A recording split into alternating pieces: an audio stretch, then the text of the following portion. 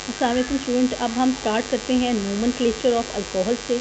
अच्छा, नोमेनक्लेचर मैंने naming of alcohol, इसके भी दो मेथड्स है। एक तो कॉमन या ट्रिवियल, ट्रिवियल का मतलब है पुराने नेमिंग का तरीका, और जो है नया IUPAC naming. There are two systems of naming alcohol. Number one क्या है, कॉमन या और ट्रिवियल नेम, यानी जो आम तौर पे लैंग्वेज में दी जाती है। ट्रिवियल नेम पुराने नाम होते हैं, उसमें क्या होता है, लोअर अल्कोहल का हम ऐसे नेमिंग करते हैं कि अल्कोहल के साथ जो ग्रुप, जो भी अल्काइल ग्रुप होता है उसका हम नाम लिख देते हैं और उसके साथ अल्कोहल का नाम ऐड करते हैं। जैसे इसके अंदर आपको नज़र आ रहा है कि जो आर ग्रुप है वो मिथाइल ग्रुप है, तो उसके साथ हम मिथाइल ग्रुप लिख के अल्कोहल लिख देते हैं। इसी तरह आपको ये नज़र आ रहा है इसके साथ इथाइल ग्रुप अटैच है, तो हम इस अल्कोहल में इथाइल ग्रुप नज़र आ रहा है, आर ग्रुप जो है इसमें इथाइल है, तो हम इथाइल का नाम लिख के और अल्कोहल साथ अटैच करेंगे। तो इस तरह ये पुराना मेथड है अल्कोहल को नेमिंग का, कि जो भी अल्कोहल में आर ग्रुप प्रेजेंट होता है उसका नाम लिख के आखिर में अल्कोहल लगा देते। तो ये पुराना मेथड है अल्कोहल की नेमिंग का, ठीक है। तो यही वाले आपकी बुक में भी लिखा है कि lower and simpler alcohol are usually known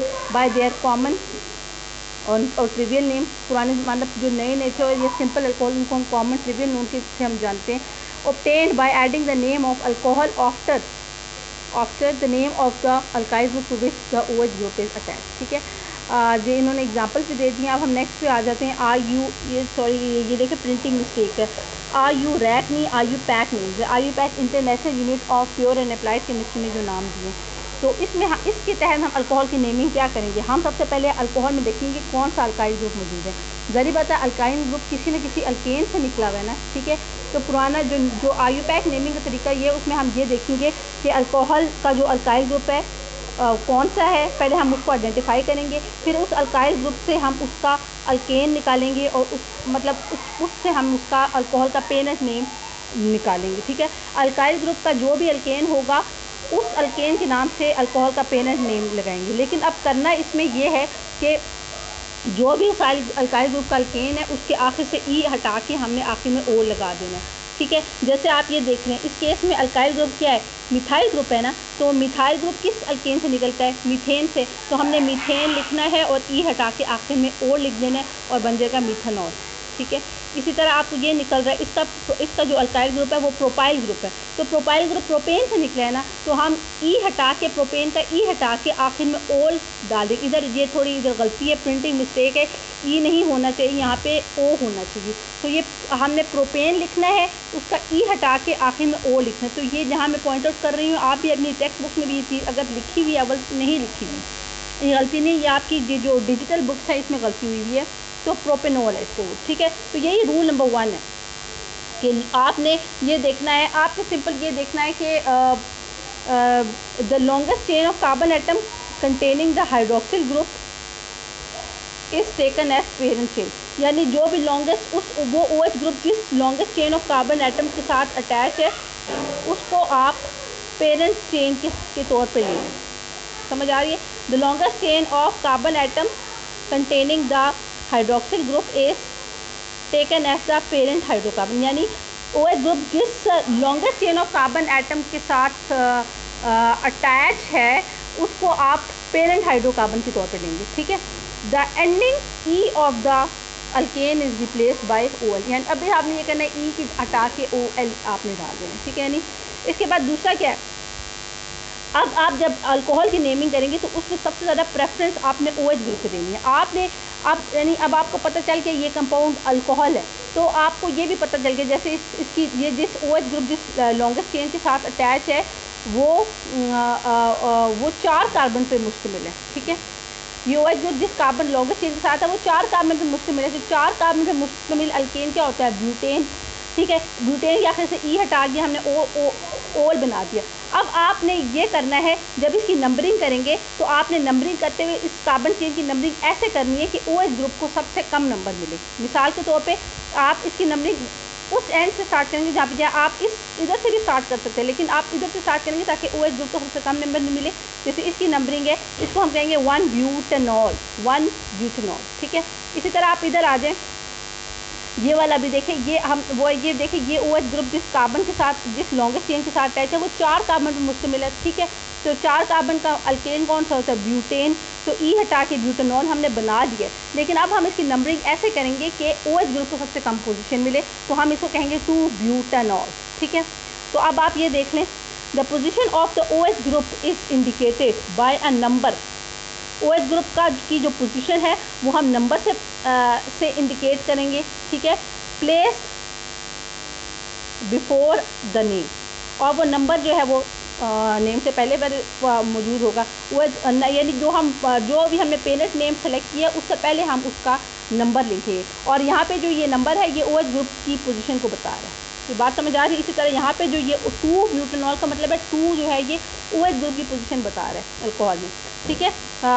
bye number place before the name, the carbon chain is numbered. Carbon chain को नंबर करेंगे स्टार्टिंग फ्रॉम द एंड, उस एंड से where the carbon atom attach with the OH gets the lowest possible, यानी कि जो carbon atom है जो OH के साथ जिसके साथ OH ग्रुप है उसको सबसे कम पोजीशन मिले, ठीक है। अब अगर हमारे पास जो भी अल्कोहल है उसमें एक से ज़्यादा हाइड्रोक्सिल ग्रुप्स हैं तो आपने क्या करना है, आपने सफिक्स ऐड करना है डाई या ट्राई, यानी आपने जस्ट नॉर्मल नेमिंग करनी है। लेकिन जैसे आपको पता है कि ये OH ग्रुप, ये दोनों OH ग्रुप जिस कार्बन के साथ अटैच है, आपको पता है ये 2 कार्बन पे मुश्तमिल है, तो ये तो हो गया इथेन, और आपने इथेन के आखिर से ई हटा के ओल बना दिया।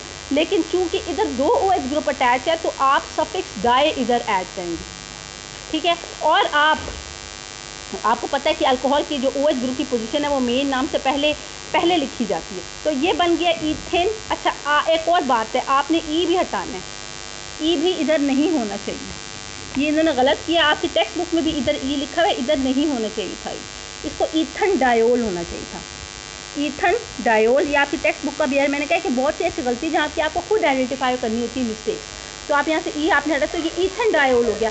अच्छा अब आपको पता है कि जब भी आप अल्कोहल की नेमिंग करते हैं तो आप उसमें OH ग्रुप की पोजीशन भी इंडिकेट करते हैं, ठीक है। तो अब आपने नेम से पहले, क्योंकि यहाँ पे 2 OH ग्रुप अटैच है, तो एक को आप किसी भी एक को आप 1 दे देंगे और कोई फ़र्क नहीं पड़ता, चाहे यहाँ से 1 स्टार्ट करें तो आप एक को 1 कर देंगे, दूसरे OH ग्रुप को 2 की कर देंगे, उस बीच में हाइफन यूज़ कर देंगे, तो इसको कहेंगे 1 to ईथन डायोल। ई नहीं आएगा, आप अपनी टेक्स्ट बुक में भी इधर ई लिखा हुआ है, आप ई रेज कर दें, ईथन डायोल, इसका कॉमन नेम ग्लाइकोल है, ठीक है।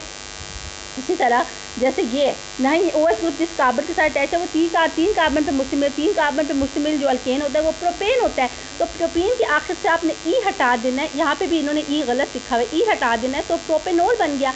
अब देखिए चूँकि इसमें 3 हाइड्रोक्सिल ग्रुप का अटैच है तो आपने इधर सफिक्स ट्राई डालना है, तो ये हो गया प्रोपन ट्रायोल, ई आपने हटाना है यहाँ से, ठीक है। टेक्स्ट बुक में भी आप लोग ये सही कर लीजिएगा, प्रोपन ट्रायोल। अब आपको पता है कि जब हम अल्कोहल की नेमिंग करते हैं तो उस नाम जो पेरेंट, ये हो गया प्रोपन ट्रायोल, ये इसका पेरेंट नेम हो गया, हम उससे पहले नाम से पहले हम OH ग्रुप की पोजीशन इंडिकेट करते हैं। तो यहाँ पे चूँकि 3 OH ग्रुप है तो हम इस तरह कहेंगे 1, 2, 3 हाइफन प्रोपन ट्रायोल, आपको पता है फर्स्ट वर्ड कैपिटल होता है। तो ये रूल नंबर 3 मैं पढ़ के ही बता देती हूँ। If more than 1 OH groups are attached they are indicated by an appropriate suffix diol triol etcetera, ये उन्होंने एग्जाम्पल दी, ठीक है।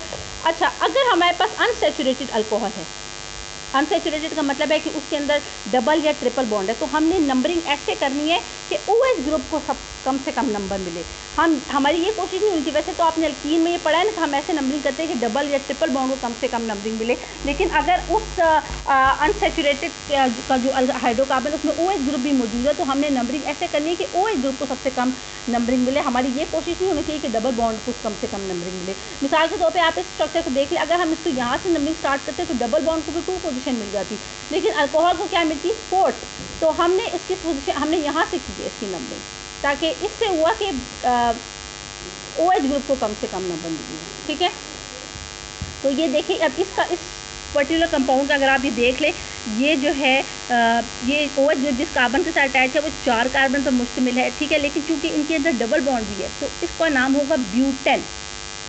तो अच्छा ये इन्होंने ठीक किया हुआ है, यहाँ पे इन्होंने आखिर से ई हटा दी। मैंने आपको कहा है ना जहाँ आपने खुद भी ठीक करनी है चीज़ें, तो इसको उन्होंने ब्यूटेन ई का मतलब है इसमें डबल बॉन्ड है, ठीक है। अब इन्होंने क्या किया, क्योंकि इसके अंदर डबल बॉन्ड भी मौजूद है और अल्कोहल भी मौजूद है, तो आपने अल्कोहल की नंबरिंग आखिर में करनी है और पहले आप डबल बॉन्ड की नंबरिंग करेंगे। तो यानी पेरेंट नेम से पहले, क्योंकि इसके अंदर डबल भी था और OH ग्रुप तो आप पहले आपने प्रेफरेंस अलबत्ता OH ग्रुप को देनी है, लेकिन फर्स्ट पहले पेरेंट नेम से पहले आप डबल बॉन्ड की पोजीशन करेंगे और पेरेंट नेम के बाद जो है वो आप अल्कोहल की पोजीशन को इंडिकेट करेंगे।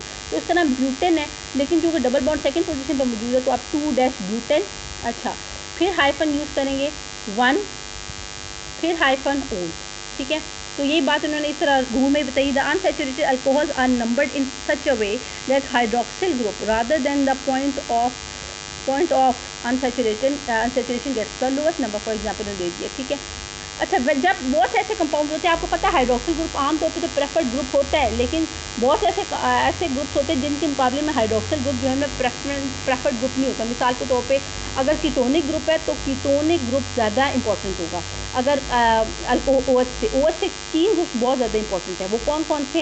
एक एल्डिहाइडिक ग्रुप OH से ज़्यादा इंपॉर्टेंट होंगे, और कीटोनिक ग्रुप, और तीसरा है एसिड ग्रुप।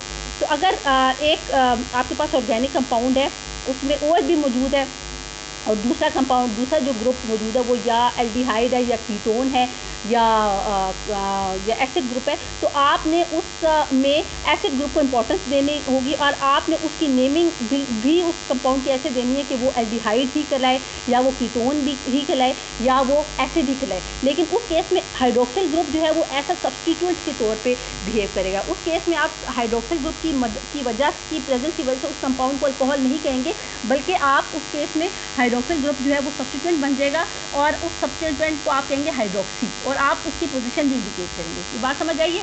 अगर तो कंपाउंड में एल्डिहाइड कीटोनिक ग्रुप मौजूद है OH के साथ साथ, या एसिडिक ग्रुप है, तो आप प्रेफरेंस उनको देंगे, और उस कंपाउंड को आप रिस्पेक्टिवली एल्डिहाइड कहेंगे या कीटोन कहेंगे, या आप उसको एसिड ग्रुप एसिड कंपाउंड कहेंगे, लेकिन आप उसको अल्कोहल नहीं कहेंगे। और उस केस में OH ग्रुप जो है वो एक सब्स्टिट्यूएंट ग्रुप मौजूद बन जाएगा, और OH जो है ग्रुप है वो हाइड्रोक्सी ग्रुप कहलाएगा, और आपने उसकी पोजीशन पहले उसका आप नाम आपने उस कंपाउंड का एल्डिहाइड, कीटोन और एसिड के तरीके के मुताबिक आपने उसका नाम निकालना है, लेकिन आप उस नाम से पहले जो है ना हाइड्रोक्सी को ऐसा सब्स्टिट्यूएंट के तौर पे प्रेजेंट करेंगे, उस नाम से पहले उसकी पोजीशन इंडिकेट करेंगे, ठीक है। जैसे मिसाल के तौर पे आप ज़रा ये देख लें, लैक्टिक, ये देखें, ये जो कंपाउंड है, आपको पता है इस कंपाउंड में साइमल्टेनियसली एसिड ग्रुप भी मौजूद है और इस में OH ग्रुप भी मौजूद है, तो आपने प्रेफरेंस इसको देनी है, ठीक है। अब ये देखें, आप इसको COH, ये 3 कार्बन पे मुश्तमिल एसिड है, तो आप इसको कहेंगे प्रोपेनोइक एसिड, ठीक है। क्योंकि ये कंपाउंड जो है वो एसिड को लेकर आएगा ओवरऑल, इसका पेरेंट नेम एसिड ही होगा, क्योंकि 3 कार्बन पे मुश्तमिल है, आप इसका प्रोपेनोइक एसिड इसका नाम कहेंगे। और इस केस में OH ग्रुप जो है वो क्या बन जाएगा? वो एक सब्स्टिट्यूएंट बन जाएगा, और वो सब्स्टिट्यूएंट कहलाएगा हाइड्रोक्सी, और आप उसके पेरेंट नेम से पहले हाइड्रोक्सी लिखेंगे और हाइड्रोक्सी की पोजीशन भी इंडिकेट करेंगे। तो मिसाल के तौर पर ये वाला कंपाउंड कहलाएगा 2-हाइड्रोक्सी प्रोपेनोइक एसिड, और इसका कॉमन नेम है लैक्टिक एसिड, ठीक है। अब इसी तरह ये देखिए ज़रा, ये ग्रुप है। अब देखिए ये 4, इस केस में OH ग्रुप भी मौजूद है और 2 OH ग्रुप मौजूद है 2 एसिड ग्रुप में, तो इसको ये कहलाएगा तो एसिड, तो ये कहलाएगा ब्यूटेन। इस केस में भी मेरे ख्याल में E हट जाएगा, इस केस में आपने E हटा देना है, इधर ये गलती हुई है, ये टेक्स्ट बुक वालों ने गलती की हुई है, इधर आपने E हटाना है, तो इसका नाम होगा ब्यूटेन, ठीक है। ब्यूटेन आप लोग खुद ठीक कर लीजिएगा अपनी टेक्स्ट बुक में, ब्यूटेन, अच्छा ब्यूटेन, इसका पेरेंट नेम ब्यूटेन होगा, उसके बाद आखिर में हाइफन 1,4-डाइओइक एसिड, ये एक एसिड होगा, और उस नाम से पहले आपने, क्योंकि इस केस में OH ग्रुप एक सब्स्टिट्यूएंट के तौर पर मौजूद है, क्योंकि ये सब्स्टिट्यूएंट 2 दफ़ा रिपीट हुआ, तो आप डाईहाइड्रोक्सी यूज़ करेंगे, और 2,3 डाईहाइड्रोक्सी एसिड, और उसका कॉमन नेम है टार्टारिक एसिड। तो यही बात इन्होंने इस तरह भी बताई है, when hydroxyl group is not a preferred functional group as in hydroxy acids, hydroxyaldehydes and hydroxyketones, the substituent name hydroxy is used as a prefix to indicate the position of OH groups, ठीक है। अब जैसे ये वाला indicate the name of some alcohols in 2 systems are given, आपके पास कुछ alcohol है, उनका दोनों कॉमन नेम और IUPAC नेमिंग में उनके नाम दिए जा रहे हैं, जैसे इसको कॉमन नेम में मिथाइल अल्कोहल कहेंगे, IUPAC नेमिंग इसके मीथनॉल कहेंगे। इसको इथाइल अल्कोहल कहेंगे और आईयूपैक में इथेनॉल कहेंगे, क्योंकि ये 1 ही इथेनॉल हो सकती है, 2 इथेनॉल कभी भी नहीं हो सकती। अच्छा, इसका कॉमन नेम प्रोपाइल अल्कोहल है और इसको आईयूपैक नेमिंग में 1 प्रोपेनॉल। वह इधर से हमने नंबरिंग इसलिए स्टार्ट की क्योंकि प्रोपेनॉल 2 प्रोपेनॉल भी हो सकती है। इससे पहले मीथेनॉल और इथेनॉल में हमने कोई नंबर इंडिकेट नहीं किया। अच्छा, अब इसका नाम क्या होगा? Isopropyl alcohol. ठीक है, आइसोप्रोपाइल अल्कोहल, और इसको हम 2 प्रोपेनॉल कहेंगे। तो वो आपको पता है ना, फर्स्ट वर्ड कैपिटल होता है। अच्छा, अब इसका नाम क्या है? एन ये कॉमन नेम ये बता रहा है कि जिस कार्बन के साथ एस ग्रुप अटैच है वो प्राइमरी कार्बन है, एन ब्यूटाइल अल्कोहल। तो एन ऐसा सफिक्स के तौर पे तो ऐड हुआ है, लेकिन वो लिखेंगे आप स्मॉल लेटर से, और ब्यूटाइल का बी कैपिटल करेंगे। एन ब्यूटाइल अल्कोहल, और इसका नाम है 1 ब्यूटेनॉल। ठीक है, अब इसका नाम क्या होगा? इसको कहेंगे आइसो ब्यूटाइल। ये है ब्यूटाइल अल्कोहल, बी कैपिटल लिखेंगे, लेकिन शुरू में आइसो इंडिकेट करेगा कि जो कार्बन जिसके साथ अटैच है उसके अंदर, इसके अंदर एक जो है वो सेकेंडरी कार्बन मौजूद है। ये जिस आर ग्रुप के साथ है उसके अंदर एक सेकेंडरी कार्बन मौजूद है, ये वाला। तो इसका नाम आइसो ब्यूटाइल अल्कोहल होगा, और इसका जो है आईयूपैक नेम है 2-मिथाइल-1-प्रोपेनॉल। ठीक है, अब इसका नाम क्या होगा? ये जिस कार्बन के साथ अटैच है, अच्छा ये क्योंकि ये जिस कार्बन के साथ अटैच है वो डायरेक्ट वो है ही सेकेंडरी कार्बन।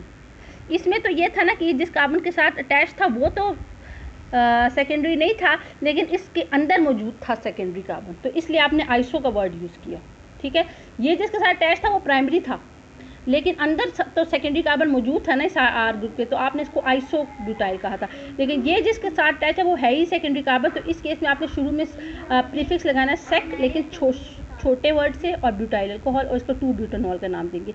अब इसी तरह ये जिसके साथ अटैच है वो है ही टर्शरी कार्बन, तो आप इसके में पहले टर लगाएंगे स्मॉल लेटर से, ब्यूटाइल अल्कोहल और 2-मिथाइल-2 प्रोपेनॉल। ठीक है, अब so this is the end of lecture of nomenclature.